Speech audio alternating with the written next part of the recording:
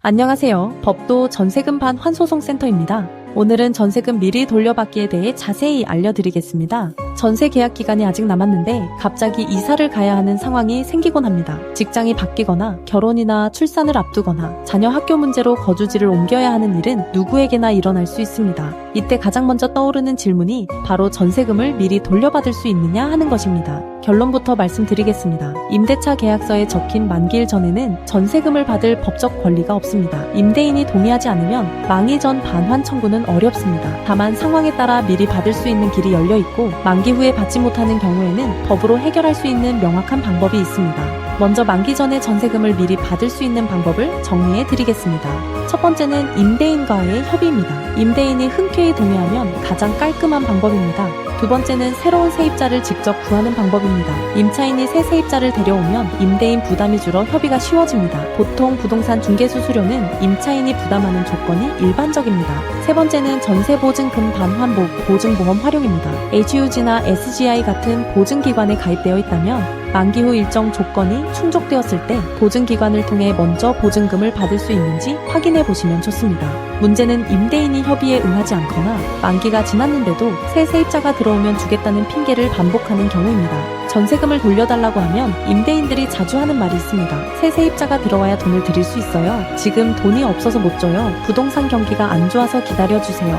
이 말들의 공통점이 있습니다. 임대차 계약서 어디에도 적혀 있지 않다는 것입니다. 임대차 계약서에는 보증금 반환 시점이 명확히 적혀 있습니다. 그 날짜에 돈을 돌려주는 것이 임대인의 의무입니다. 새 세입자가 들어오는지 여부는 임대인의 사정일 뿐 임차인이 감수해야 할 일이 아닙니다. 오랜 시간 이어져온 관행이라 해도 그것이 합법은 아닙니다. 정해진 날짜에 보증금을 돌려주지 않는 임대인이 계약을 위반한 당사자입니다. 법도 전세금 반환소송센터는 관행은 이제 그만, 임대차 계약서대로 법대로라는 캠페인을 통해 잘못된 관행을 바로잡고 임차인의 권리를 지키는 일에 앞장서고 있습니다. 만기가 지났는데도 임대인이 보증금을 돌려주지 않는다면 다음 단계는 명확합니다. 먼저 내용 증명을 보냅니다. 보증금 반환을 정식으로 요구하는 문서이며 추후 소송에서 증거로 활용됩니다. 이사를 가야 하는데 보증금을 못 받았다면 임차권 등기 명령이 필수입니다. 임차권 등기 명령을 마치면 이사를 가도 대항력과 우선 변제권이 그대로 유지됩니다. 등기 명령 없이 이사부터 가면 권리를 잃을 수 있어 매우 위험합니다.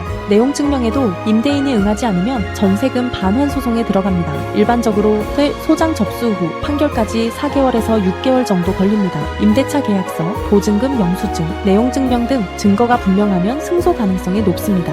판결 시 지연이자도 함께 청구할 수 있는데 민법상 연 5%, 소송 촉진 특례법상 연 12%가 적용됩니다. 판결이 나왔는데도 임대인이 돈을 안 주면 강제 집행으로 넘어갑니다. 부동산 경매, 채권 압류 및 추심, 동상 경매 등 다양한 방법으로 보증금을 회수합니다. 여기서 가장 큰 부담이 바로 변호사 비용입니다. 전세금을 못 받은 것도 억울한데 변호사 비용까지 내야 한다는 생각에 소송을 망설이는 분이 많습니다. 일반 변호사 사무실은 착수금 300만원에서 500만원, 여기에 단계별 추가 비용까지 더해지면 부담이 커집니다.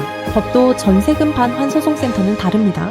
영원제 시스템으로 변호사 비용을 임차인이 부담하지 않습니다. 내용 증명, 임차권 등기 명령, 전세금 반환 소송, 부동산 경매, 채권 압류 및 추심, 동상 경매까지 전 과정의 변호사 비용이 영원입니다. 승소 후 패소한 임대인으로부터 받는 소송 비용이 변호사의 수입원이기 때문에 가능한 구조입니다. 임차인은 법원에 내는 실비용, 즉 인지대와 송달료만 먼저 부담하면 됩니다. 이 실비용 또한 승소 후 임대인에게 청구하여 돌려받을 수 있습니다. 다만 임대인의 재산 상태가 불량한 일부 사례에 한 해 1심 판결 후 후불로 150만 원이 발생할 수 있습니다. 이 비용 또한 임대인에게 청구하여 돌려받을 수 있습니다. 강조하고 싶은 점은 이런 예외적인 경우가 아닌 대부분의 사건에서는 150만 원을 받지 않는다는 사실입니다. 법도 전세금 반환소송센터를 신뢰하실 수 있는 이유를 말씀드리겠습니다. 처리사건 450건 이상의 풍부한 경험, 승소율 95% 이상, 대한변호사협회 인증 부동산 전문 변호사이자 민사 전문 변호사인 엄정숙 대표 변호사, MBC,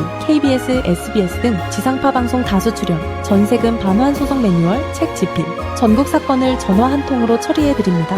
한 가지 꼭 알려드리고 싶은 점이 있습니다. 영원제 시스템 덕분에 신청이 계속 몰리고 있습니다. 한정된 인력으로 무제한 처리가 어려워 업무 한계에 도달하면 접수가 중단될 수 있습니다. 또한 전세금 분쟁은 시간이 갈수록 임차인이 불리해지는 구조입니다. 임대인이 재산을 처분하거나 다른 채권자가 먼저 권리를 행사하면 보증금 회수가 어려워집니다. 망설이지 말고 지금 바로 상담받으시길 권합니다. 새 세입자 들어오면 주겠다는 말은 임대차 계약서 어디에도 없는 임대인의 사정일 뿐입니다. 임대차 계약서에 적힌 날짜가 곧 법입니다. 법도 전세금 반환소송센터는 변호사 비용 0원제로 임차인의 부담을 덜고 잘못된 관행을 바로잡아 올바른 임대차 문화를 만들어가는 일에 함께하고 있습니다. 무료 상담 전화 주세요. 사이트 방문은 네이버에서 법도 전세금 반환소송센터라고 검색해주세요. 오늘도 시청해주셔서 감사합니다. 도움이 되셨다면 구독과 좋아요 부탁드립니다.